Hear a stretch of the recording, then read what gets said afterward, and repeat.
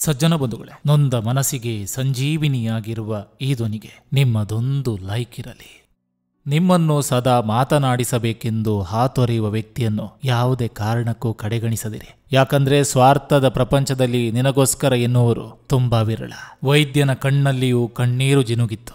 ಒಬ್ಬ ಬಡಬಾಲಕ ಬಂದು ಹಸಿವೆ ಬರದಂತೆ ಇರುವ ಯಾವುದಾದರೂ ಔಷಧಿ ಇದೆ ಎಂದು ಕೇಳಿದಾಗ, ಜಗತ್ತಿನ ಯಾವ ಶಾಲಾ ಕಾಲೇಜುಗಳು ಕಲಿಸದ ಪಾಠವನ್ನು ಹಸಿವು ಮತ್ತು ಬಡತನ ಕಲಿಸ್ತದೆ. ಮನುಷ್ಯ ಆಸ್ತಿಯನ್ನು ಕಳೆದುಕೊಂಡು ಬಡವನಾಗೋದಿಲ್ಲ, ಆತ್ಮೀಯರನ್ನ ಕಳೆದುಕೊಂಡಾಗ ಬಡವನಾಗ್ತಾನೆ. ಕಳೆದು ಹೋದ ದಿನಗಳು ಮತ್ತೆಂದು ಮರಳಿ ಬರೋದಿಲ್ಲ. ಮುಂದಿನ ದಿನಗಳು ಹೇಗಿರುತ್ತವೆ ಎಂದು ಯಾರಿಗೂ ತಿಳಿದಿಲ್ಲ. ಆದ್ದರಿಂದ ಇರುವ ಕ್ಷಣಗಳನ್ನು ಖುಷಿಯಿಂದ ಕಳೆಯಿರಿ. ಗೆಳೆತನ ಅನ್ನೋದು ಕೈಗೂ ಕಣ್ಣಿಗೂ ಇರೋ ಸಂಬಂಧದ ತರ ಇರಬೇಕು. ಕೈಗೆ ಪೆಟ್ಟಾದ್ರೆ ಕಣ್ಣು ಅಳುತ್ತೆ, ಕಣ್ಣು ಅಳ್ತಾ ಇದ್ರೆ ಕೈ ಕಣ್ಣೀರನ್ನು ಒರೆಸುತ್ತೆ. ಇದು ನಿಜವಾದ ಸ್ನೇಹ. ಸರಿ ತಪ್ಪುಗಳನ್ನ ಹುಡುಕುತ್ತಾ ಕುಳಿತರೆ ಯಾವ ಸಂಬಂಧವೂ ಉಳಿಯಲ್ಲ. ನಂಬಿಕೆಯಿಂದ ಜೊತೆಗಿದ್ರೆ ಯಾವ ಸಂಬಂಧವೂ ಹಾಳಾಗಲ್ಲ. ಸ್ವಲ್ಪ ಕೊಳೆತ ಹಣ್ಣನ್ನು ಕತ್ತರಿಸಿ ಚೆನ್ನಾಗಿರುವ ಭಾಗವನ್ನು ಬಳಸುವುದಿಲ್ಲವೇ? ಹಾಗೆ ಹಳೆಯ ಕೆಟ್ಟ ನೆನಪುಗಳನ್ನ ಕತ್ತರಿಸಿ ಹಾಕಿ ಸುಂದರವಾದುದನ್ನು ಉಳಿಸಿಕೊಂಡು ಬದುಕನ್ನು ಮುನ್ನಡೆಸಿ. ಸುಖಮಯ ಬದುಕಿಗೆ ಇದೇ ಸೂತ್ರ.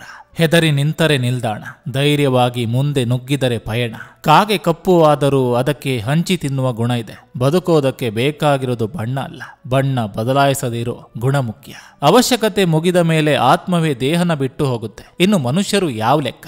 ಜೀವನ ಹಣೆ ಬರದಂತೆ ನಡೆಯುತ್ತದೆ ಹೊರತು ನಾವು ಆಸೆ ಪಟ್ಟಂತೆ ಎಂದೂ ನಡೆಯಲ್ಲ. ಸಜ್ಜನ ಬಂಧುಗಳೇ, ಇದು ಇಂದಿನ ಸಂಚಿಕೆ ಅಂತ ಹೇಳ್ತಾ, ಈ ಸಂಚಿಕೆ ನಿಮ್ಗೆ ಇಷ್ಟವಾಗಿದ್ರೆ ದಯವಿಟ್ಟು ಒಂದು ಲೈಕ್ ಮಾಡಿ, ಜೊತೆಗೊಂದು ಕಮೆಂಟ್ ಮಾಡಿ. ಮತ್ತೆ ಮುಂದಿನ ಸಂಚಿಕೆಯೊಂದಿಗೆ ಅತಿ ಶೀಘ್ರದಲ್ಲಿ ನಿಮ್ಮನ್ನ ಭೇಟಿ ಆಗ್ತೇನೆ. ನಿಮ್ಮೆಲ್ಲರ ಮನಸ್ಸು ಪ್ರಶಾಂತವಾಗಿರಲಿ ಅನ್ನೋದು ಈ ವಾಹಿನಿಯ ಉದ್ದೇಶ.